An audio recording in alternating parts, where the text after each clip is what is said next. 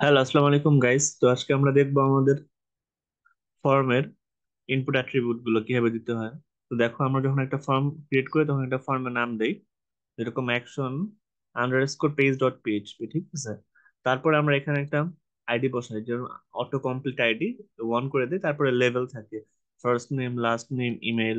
তো আমরা যখন ফার্স্ট নেম দেই, ফার্স্ট নেমের জন্য আমাদের এফ নেম থাকে আইডি, লাস্ট নেমের জন্য এল নেম থাকে আইডি।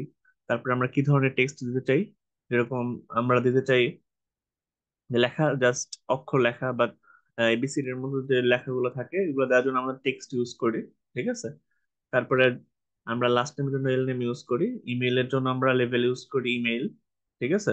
তারপরে অটো কমপ্লিট আমরা অফ রাখি ইমেইলের জন্য, ঠিক আছে। তারপর আমরা একটা বাটন তৈরি করি, যে বাটনটার নাম হলো সাবমিট বাটন। তো এর মাধ্যমে আমরা আমাদের ফর্মটা ক্রিয়েট করা কমপ্লিট করি। যখন এই ফর্মটা আমরা ক্রিয়েট কমপ্লিট করি তো আমরা কন্ট্রোল এজে সেভ করে নিলাম, ঠিক আছে। তো এখন আমরা এটাকে রান করি, চলো রান করে নেই আমরা। তো রান হয়ে গেছে, আমরা শেয়ার করে দিই। তো দেখো আমাদের যে পেজটা ক্রিয়েট হয়েছে, এখানে একটা ফার্স্ট নেম আছে, তারপরে লাস্ট নেম আছে, ইমেল আছে, আর সাবমিট বাটন আছে। আমি যদি চাই আরো এক্সট্রা কোনো আহ এখানে কোনো সেকশন অ্যাড করতে, সেটা আমরা অ্যাড করতে পারবো চাইলে, যেরকম blood group, date of birth, ঠিক আছে, এগুলো। তো এরকম ভাবে আমরা সাধারণত যে কোনো একটা ওয়েবসাইটের জন্য ফর্ম তৈরি করতে পারি, ঠিক আছে।